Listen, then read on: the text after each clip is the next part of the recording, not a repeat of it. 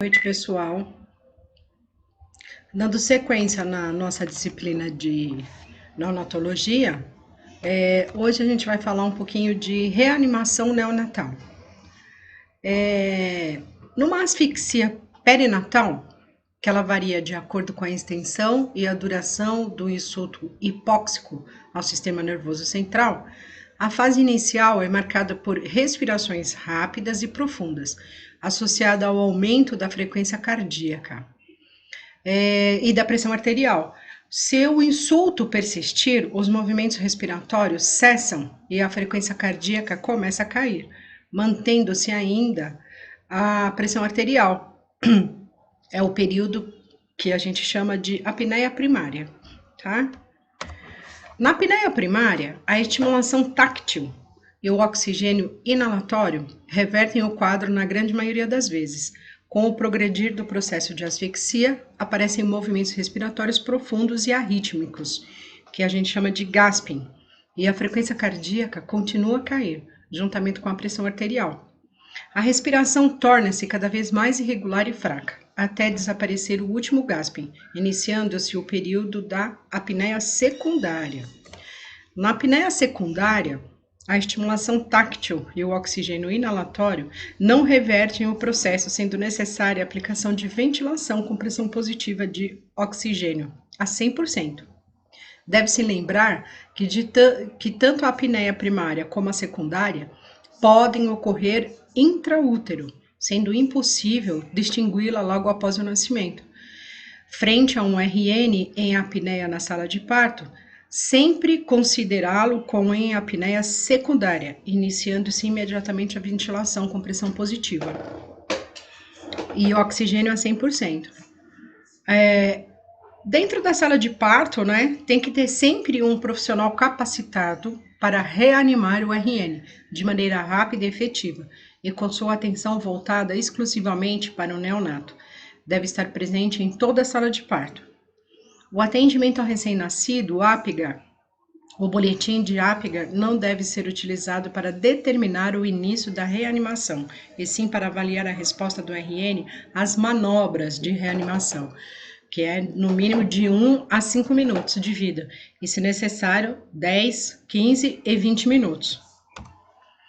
Tabela para o cálculo de índice, Quando a gente usa a tabela, a gente tem que dar a nota 0 quando a frequência cardíaca for ausente, a respiração for ausente, tono muscular ser flácido, tá? A cor cianótica ou com palidez. Reflexo de irritabilidade ausente. Quando a gente der a nota número 1, a gente já pode estar observando que ela é menor do que 100 batimentos por minuto, a respiração é irregular, O tônus muscular tem flexão de pernas e braços, mas ele não tem um movimento total. Na cor, ele pode estar com cianose de extremidades, reflexo de irritabilidade, algum movimento que ele pode estar fazendo. Quando a gente der o número 2, a gente tem que ver que os batimentos cardíacos eles estão maiores do que 100 por minuto, a respiração dele é forte, com choro, o tônus muscular tem um movimento ativo e boa flexão, a cor dele já é rosado e o reflexo de irritabilidade ele pode estar com espirros e choro, tá? É por aí que a gente vai começar a fazer o nosso cálculo.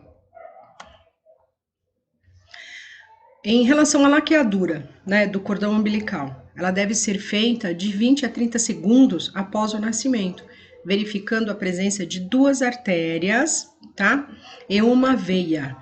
Se a mãe é HIV positivo, se há incompatibilidade de RH, líquido amniótico meconial, a laqueadura deve ser imediata, tá?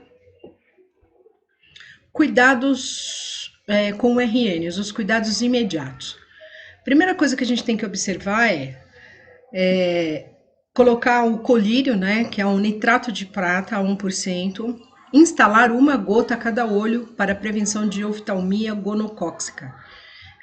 A aplicação da vitamina K, administrar 1 mg por via intramuscular para profilaxia de doenças hemorrágicas, identificação do RN através de pulseira colocada na mãe e no RN, nome da mãe, data, hora de nascimento e o sexo, através de registro de impressão plantar do RN e digital da mãe.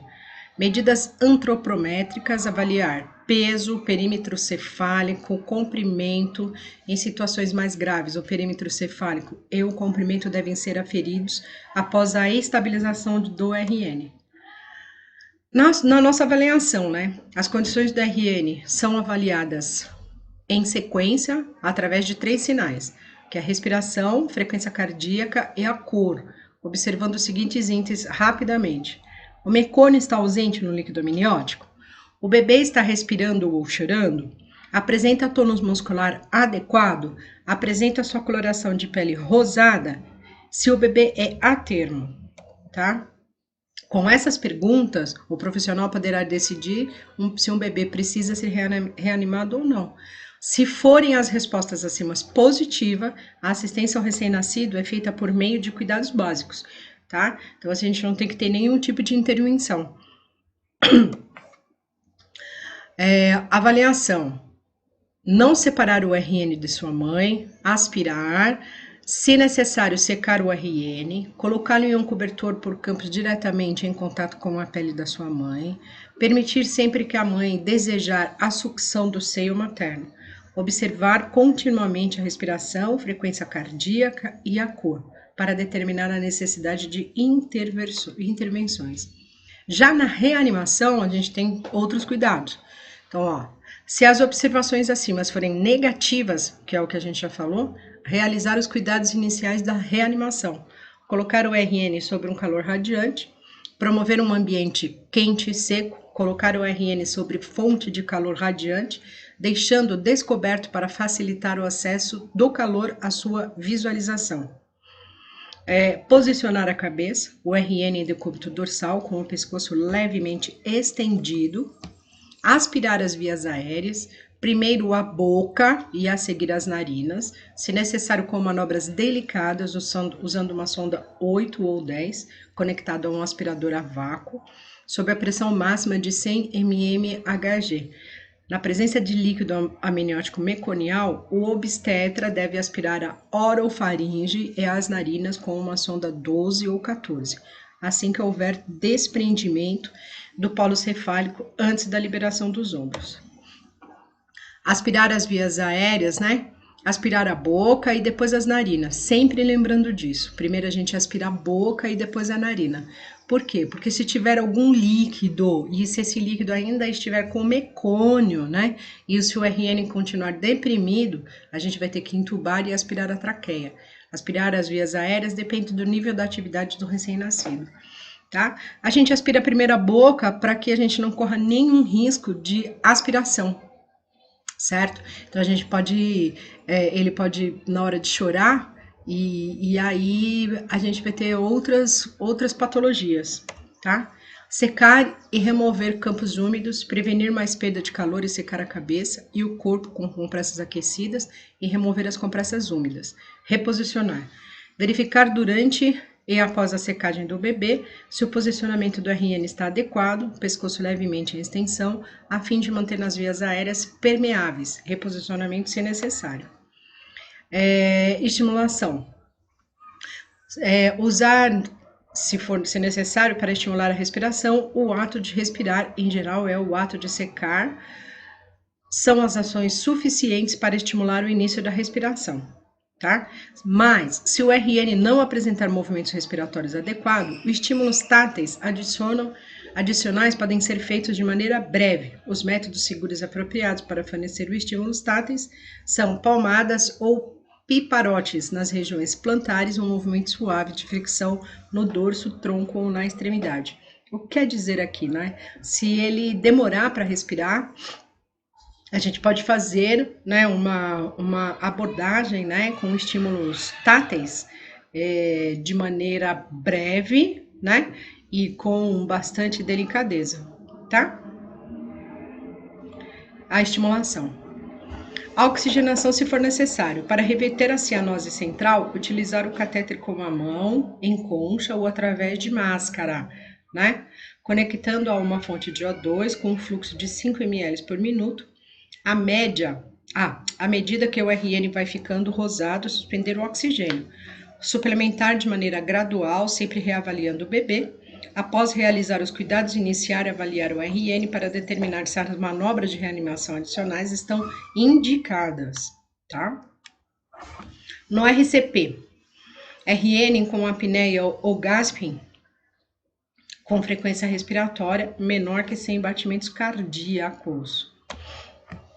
Aplicação de oxigênio, a gente vai usar um balão autoinflável ou AMBU, deve ter capacidade máxima de 750 ml, possuir um reservatório de O2 que possibilite concentração elevada de O2, de 90% a 100%, em algum sistema de segurança. Válvula de escape ajustada de 30 a 50 centímetros de H2O ou um mamômetro e usar conectado à fonte de O2, fluxo de 5 a 1 minuto. Aplicar a máscara sobre a face, cobrindo a boca, nariz e a ponta do queixo, evitando a pressão sobre os olhos e pescoço. Utilizar a frequência entre 40 a 60 movimentos por minuto, a pressão inicial deve ser de 30 a 40 e em seguida de 15 a 20 com oxigênio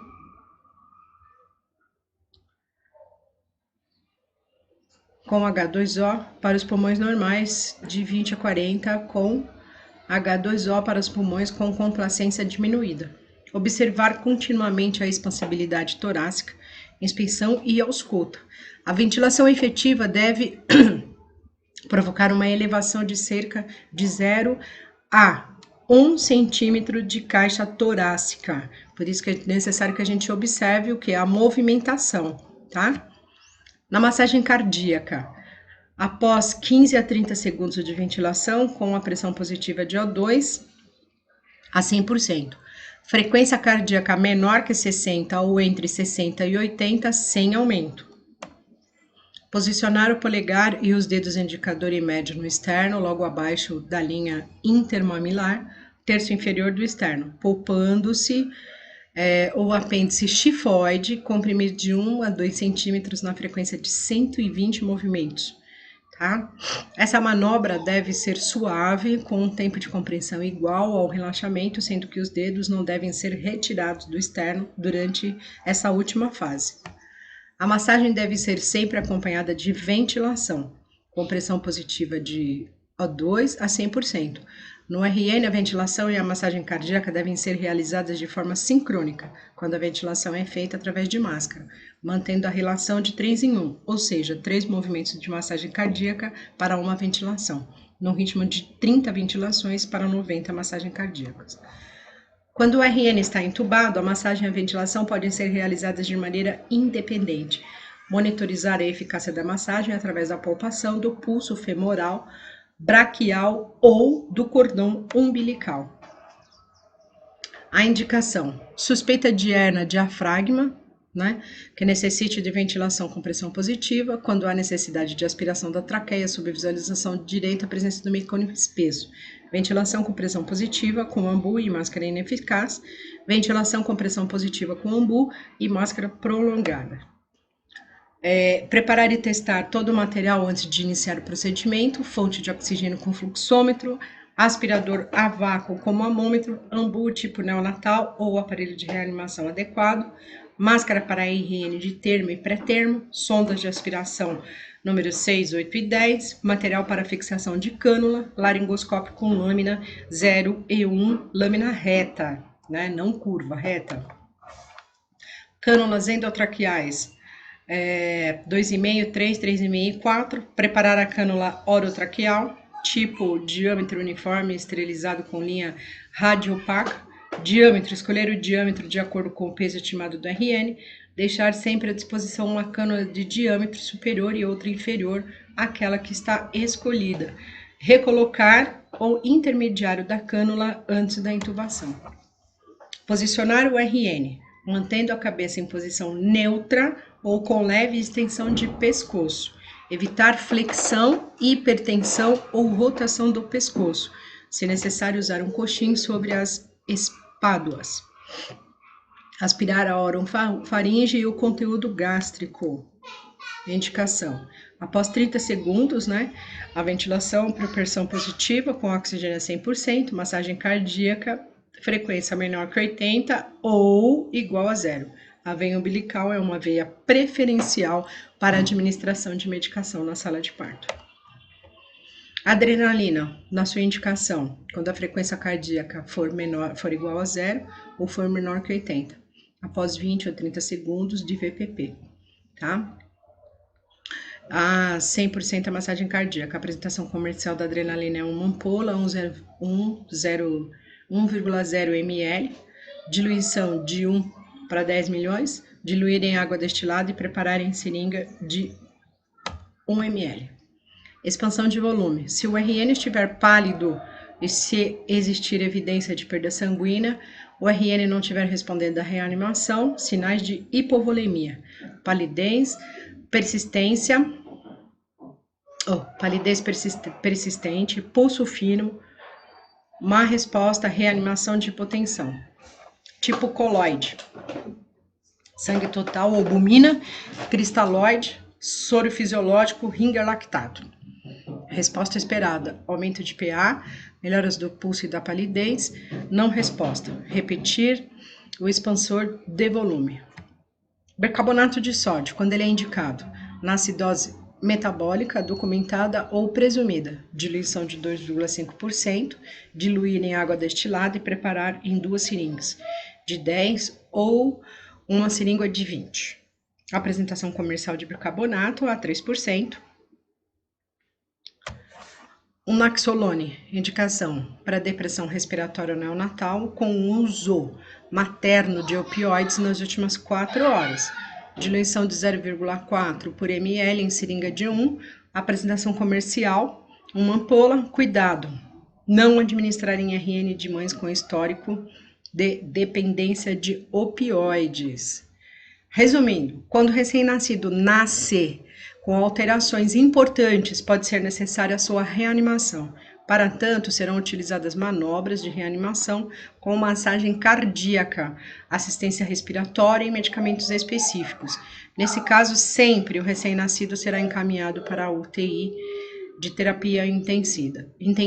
Então, o que a gente precisa prestar atenção, principalmente no parto, é deixar sempre a sala muito bem organizada, com todo o material necessário, para que a gente não precise, de repente, ter que sair correndo na hora de um processo, porque a gente não colocou todo o material necessário ali para uma reanimação, tá?